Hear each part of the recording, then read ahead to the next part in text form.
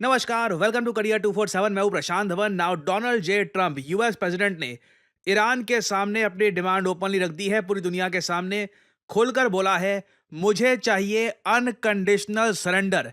मैं चाहता हूं ईरान हार मान ले, बिल्कुल लिखित रूप में। हम यहां पर बात कर रहे हैं जिस तरीके से भारत ने पाकिस्तान से सरेंडर करवाया था 1971 इंडिया पाकिस्तान वॉर में। कुछ ऐसी इमेजेस डोनाल्ड ट्रंप चाहते हैं, और ऑफ कोर्स साथ ही साथ ये रिजीम चेंज भी डेफिनेटली करना चाहेंगे। और डोनाल्ड ट्रंप की आप बातें सुनोगे ना, मुझे थोड़ा ये भी बोलना पड़ेगा, लगता नहीं है कि एक वर्ल्ड लीडर ये सब बातें लिख रहा है। इन्होंने ये भी कह दिया कि हमें अच्छे से पता है कि ईरान का जो ये सो कॉल्ड सुप्रीम लीडर है कहाँ छुपा है। ऐसी भाषा, चाहे देखिए दुश्मन देश भी क्यों ना हो, मतलब हमने इतिहास में देखा है कि ओवरऑल जो लीडर्स हैं वो ओपनली ऐसी भाषा एक दूसरे के अगेंस्ट यूज करते नहीं है। मगर ट्रंप खुलकर कह रहे हैं कि सुप्रीम लीडर कहां पे छुपा है हमको पता है, वो एक इजी टारगेट है, but is safe there, we are not going to take him out. और टेक हिम आउट का मतलब क्या है? किल, मतलब कि अभी के लिए ईरान के सुप्रीम लीडर को अगर ये चाहें तो आराम से मार सकते हैं, मगर ये मार नहीं रहे। एटलीस्ट फॉर नाउ हम ये नहीं चाहते कि मिसाइल से सिविलियंस की मौत हो या फिर अमेरिकन सोल्जर्स की मौत हो। ये ट्वीट बहुत इंपॉर्टेंट है। इसका मतलब ये है, ग्राउंड पर क्या अमेरिकन सोल्जर्स ऑलरेडी पहुंच चुके हैं ईरान में? ईरान में क्या यूएस मरीन्स ऑलरेडी एक्टिव है? मैं रिसेंटली एक वीडियो देख रहा था टेड क्रूज की। यूएस में रिपब्लिकन पार्टी के एक दिग्गज नेता है, डोनाल्ड ट्रंप के काफी करीबी भी हैं। उनके मुंह से एक इंटरव्यू के दौरान निकल गया कि हाँ, यूएसए तो ऑलरेडी बॉम्ब कर रहा है ईरान को। ये पार्ट सुनिएगा, छोटा सा हिस्सा है कुछ सेकंड का। इनके मुंह से निकल जाएगा कि वी मतलब हम लोग अभी ऑलरेडी कैरी आउट कर रहे हैं स्ट्राइक्स ईरान पर। Okay, You we really are, we believe are that? carrying out military strikes today. You said Israel was. Right, with our help. ना इन्होंने कह दिया हम तो ऑलरेडी अटैक कर रहे हैं ईरान पर। इन्होंने कहा हमें तो लग रहा था कि इजराइल अटैक कर रहा है। हाँ हाँ, इजराइल कर रहा है, मगर हमारी मदद के साथ। तो अगेन क्वेश्चन यहाँ पर यही आता है कि ये चाहते नहीं है कि अमेरिकन सोल्जर्स पर मिसाइल्स गिर जाएं। क्या इसका मतलब ये है कि इनको डर लग रहा है कि ईरान अमेरिकन बेसिस पे अटैक कर देगा या क्या होगा? This is very interesting statement by US president.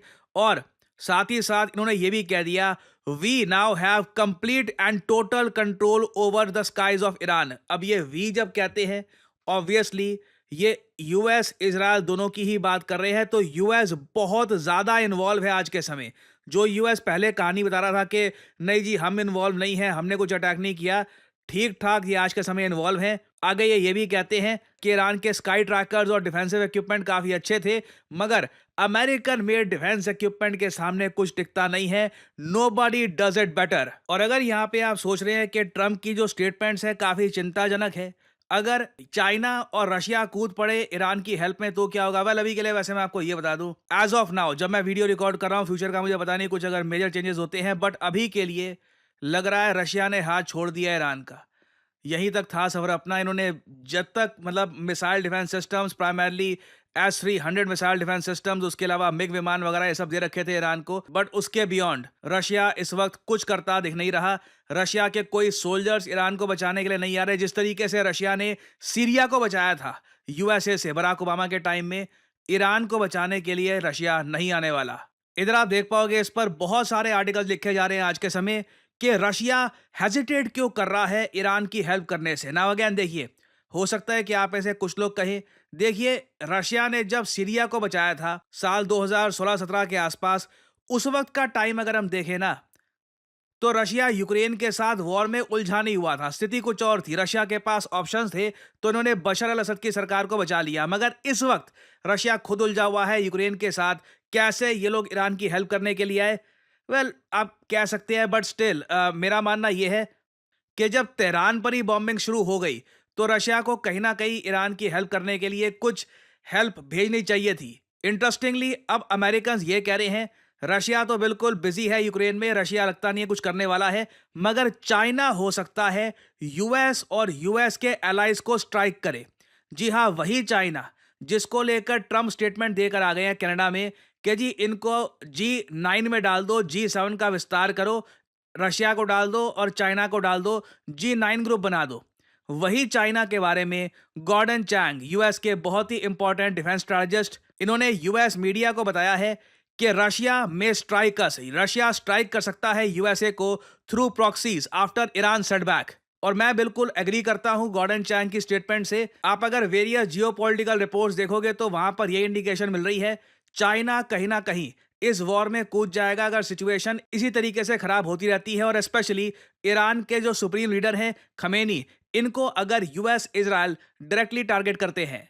Now ये सब डेवलपमेंट्स आप अगर मुझसे पूछें अपने आप में बहुत ही ज़्यादा चिंताजनक है, मगर तभी माइक हकबी ये नाम न्यूज़ में आ जाता है। ये देखिए यूएस के एम्बेसडर हैं टू इजराइल, ये एक चीज़ ट्वीट करते हैं, एक्चुअली ये एक मैसेज सेंड करते हैं डोनाल्ड ट्रंप को, और ट्रंप ये मैसेज पूरी दुनिया के सामने डिस्प्ले करते हैं। इस मैसेज में माइक हकबी ये कहते हैं कि डोनाल्ड ट्रंप, आपके पास एक सुनहरा मौका है इतिहास में अपना नाम दर्ज करने का।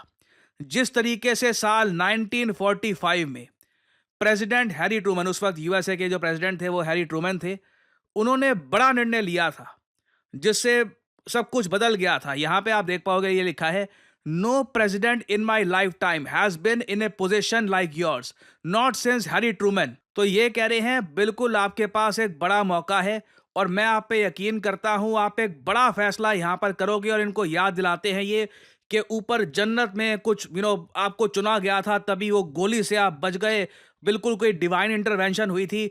और अब आपका काम है कि हमारे झंडे को आप झुकने नहीं दोगे, our flag will not come down, और आप एक बड़ा निर्णय लेकर दिखाओगे।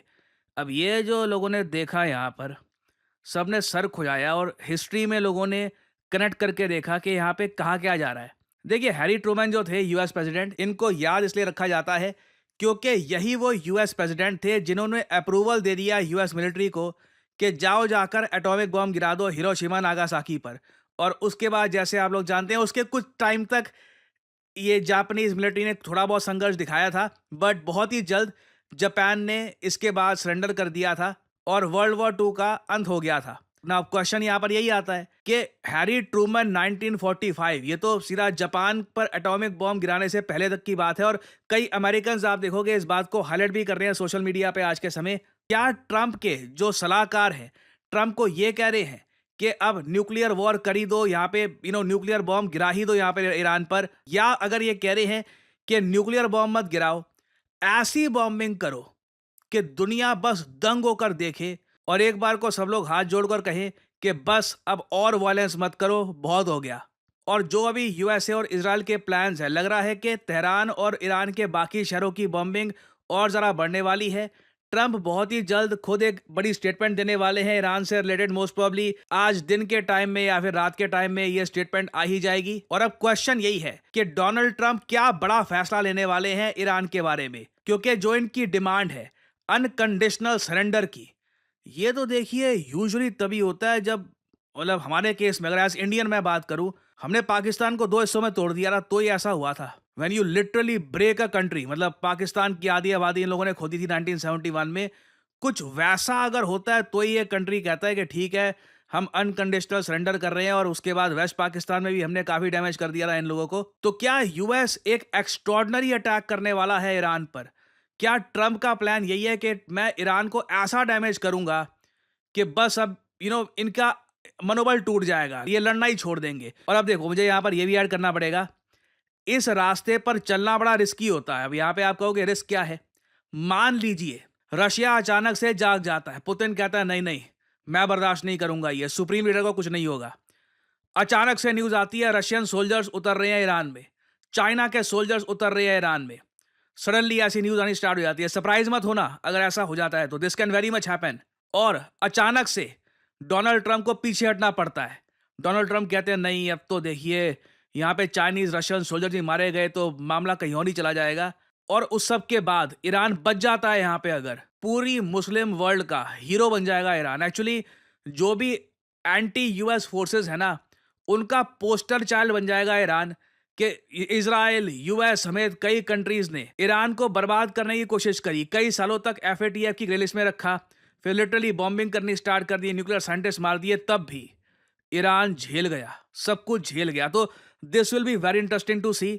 आने वाले कुछ घंटे हमको बता देंगे कि इतिहास के पन्नों में क्या लिखा जाएगा। History is being made here. Updates आती है तो मैं आपके लिए अपडेटेड वीडियोस लाता रहूंगा।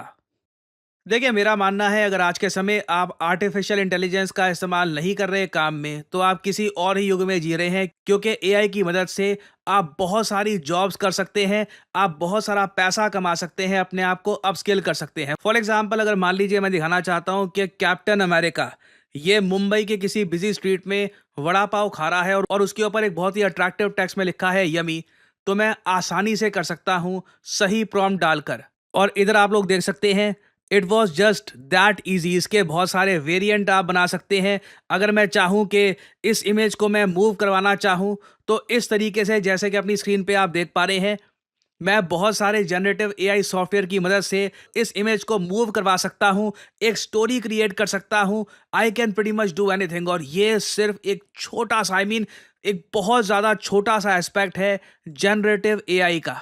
जनरेटिव एआई की मदद से आप किताबें लिख सकते हैं, आप पर्सनालिटीज क्रिएट कर सकते हैं। You can pretty much do anything you want. और अगर आपने सही जगह से जनरेटिव एआई का कोर्स कर लिया, तो मैं आपको बता दूं, आप एक प्रॉम्प्ट इंजीनियर के रूप में नौकरी कर सकते हैं। जी हाँ, प्रॉम्प्ट इंजीनियर। कई लोगों को पता ही नहीं है कि ये नौकरी एग्जिस्ट भी करती है। कई लोग आराम से साल का 4 लाख से लेकर 6 साढ़े 6 लाख, जी हाँ, जो रियलिस्टिक सैलरी होगी वही मैं आपको बताऊंगा। कई लोग होंगे जो आज के समय कहते हैं कि जी हमारा कोर्स कर लो, फिर 25 30 50 लाख वगैरह। जो रियलिस्टिक चीज़ होगी वही मैं आपको बताऊंगा। प्रॉम्प्ट इंजीनियर को गूगल कर लीजिएगा, प्रॉम्प्ट इंजीनियर जॉब्स आराम से 4 लाख से लेकर साढ़े 6 के आसपास सैलरी होती है उसकी। और डिपेंड करता है आपके एक्सपीरियंस पे। And you can start your career. आप खुद का एआई स्टार्टअप कर सकते हैं, आप कंटेंट क्रिएटर बन सकते हैं।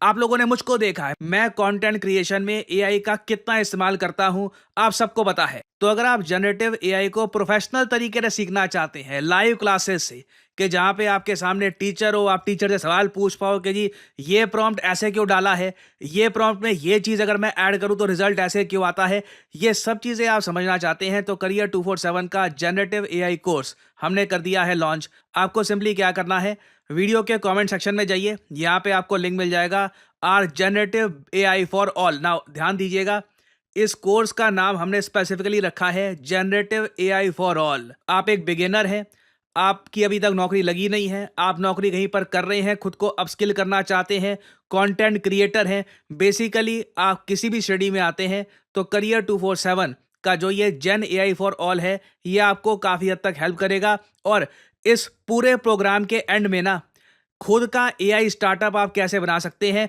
उसका प्रोजेक्ट भी साथ ही साथ किया जाएगा। ये सभी टूल्स को यूज़ कैसे करना है, ChatGPT, Midjourney, DALL E, various type के आज के समय जो जनरेटिव एआई के टूल्स हैं, इनको इस्तेमाल कैसे करना है, ये सब आप सीख पाएंगे करियर 247 पे। आपको सिंपली करना क्या है, यहाँ पे अपना नाम डालिए, अपना ईमेल आईडी, अपना नंबर, और ऑब्वियसली डिस्काउंट कोड यहाँ पर डालना PD10। And again remember, generative AI का प्राइस अभी 29,000 है, और अगर आप कोड लगाते हैं PD10, तो ये प्राइस 26,000 के आसपास पहुंच जाएगा। सो एक गोल्डन अपॉर्चुनिटी आपके सामने। जनरेटिव एआई के वैसे कोर्सेज दुनिया भर में अवेलेबल हैं, बट ऐसा कोर्स जहां पे आपको लाइव क्लासेस मिलती हैं, आपको प्रोजेक्ट्स करवाए जाते हैं, आपको सर्टिफिकेशन मिलता है बाय NASSCOM, ये बहुत ज़्यादा रेयर है। So if you want to enrol, start your journey in generative AI. Thanks for listening, and as I always say, may the gods watch over you.